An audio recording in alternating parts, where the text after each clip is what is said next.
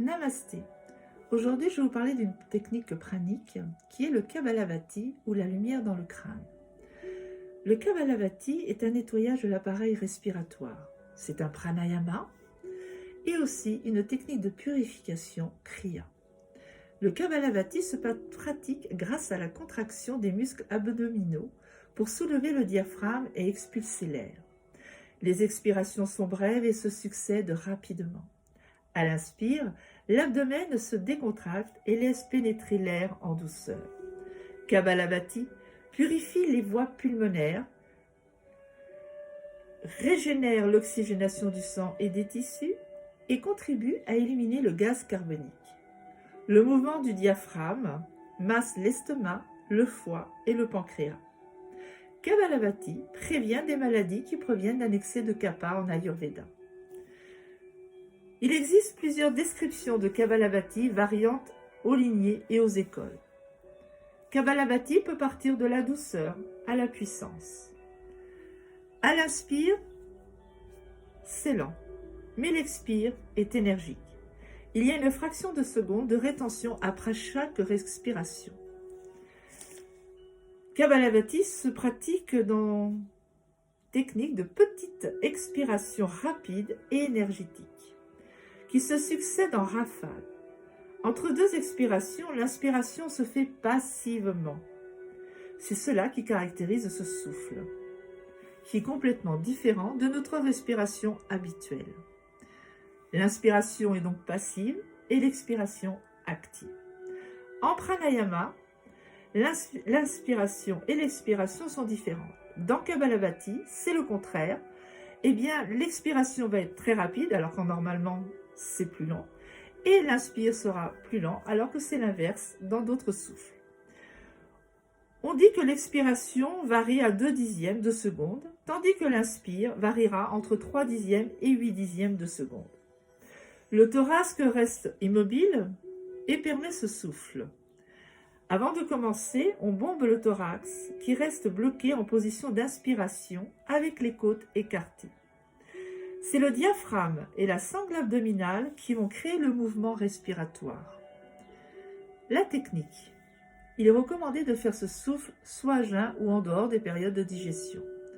Je vous invite à vous asseoir confortablement sur un coussin, dans une bonne assise, sur une chaise si vous le préférez, de manière à conserver votre dos bien droit, les épaules relâchées et bien détendues, et l'avant du corps bien dégagé. Cherchez à donner de la place au niveau du plexus solaire et veillez à ne pas vous appuyer dessus. Pour commencer ainsi, pendant que les phases d'inspiration, le ventre est libre et fait saillie. Placez le centre de gravité dans le bas-ventre, en dessous du nombril.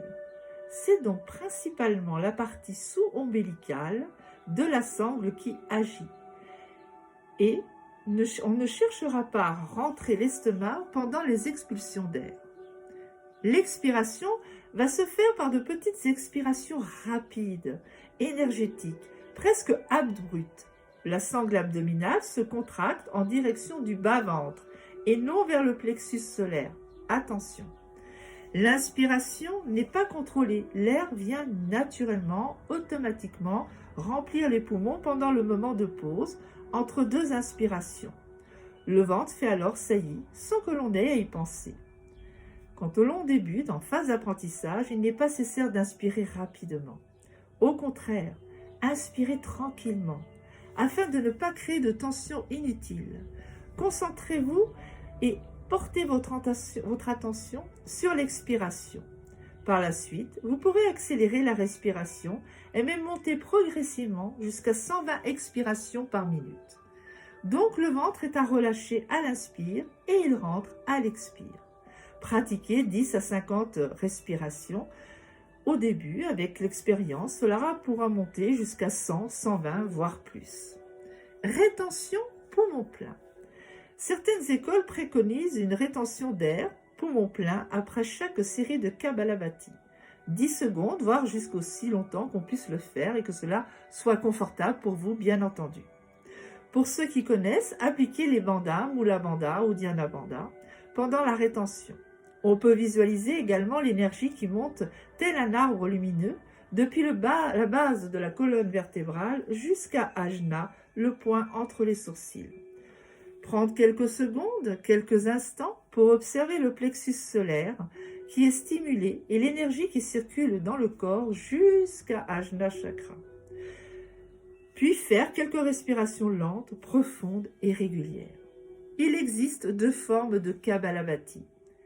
La forme dynamique où les expirations seront en rafale et la forme douce qu'on pratiquera moins intensément et qui nous permet d'être pratiquée au moment des cycles longs, notamment d'une manière un peu subtile et silencieuse.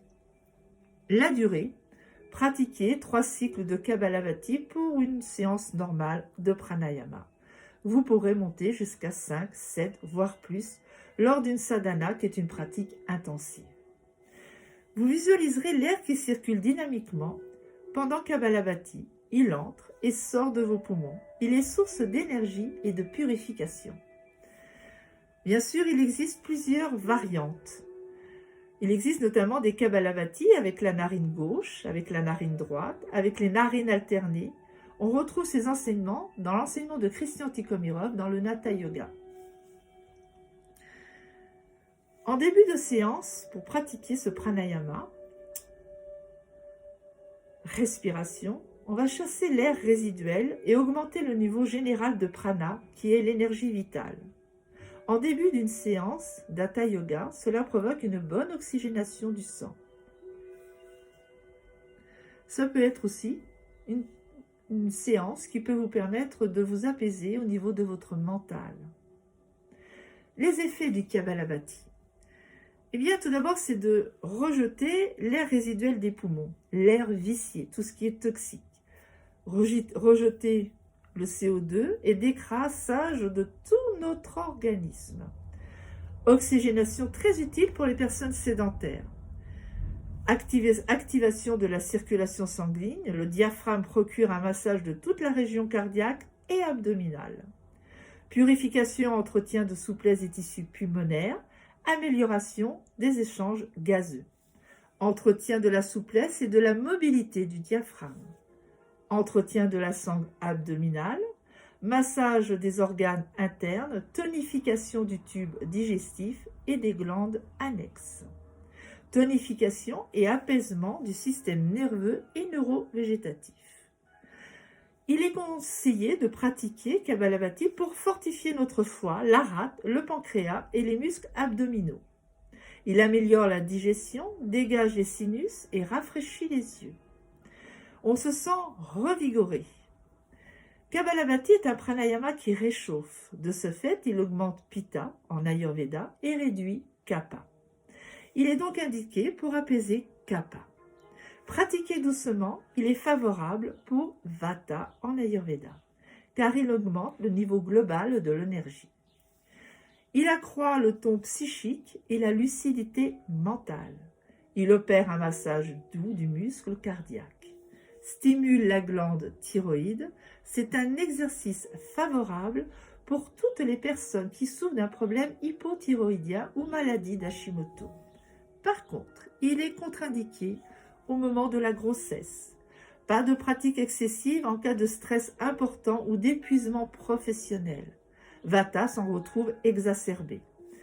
Une pratique justement dosée augmente l'énergie globale. Ne pas pratiquer si nous avons une capacité de respiration diminuée. Des problèmes d'oreille, otite, d'yeux, décollement de la rétine ou glaucome. Des tensions artérielles excessives ou insuffisantes ou pas traitées. Ne pas pratiquer Kapalabhati si le nez a tendance à saigner ou sentir des battements au niveau des oreilles, des bourdonnements. De même, ne pas le pratiquer au moment de la convalescence. Donc nous allons nous installer et faire une petite pratique, une petite démonstration de Kapalabhati. Je vous invite. Vous êtes bien dégagé, le dos est bien droit, le diaphragme, le thorax bien ouvert, les côtes écartées. Mula Bandha ou Dhyana Bandha. J'inspire. J'expire.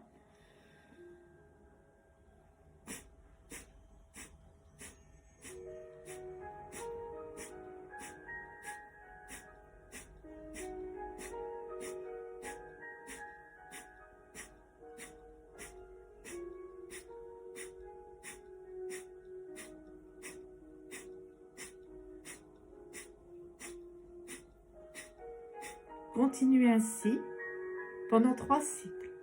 Je vous souhaite une belle pratique pranique. Namasté.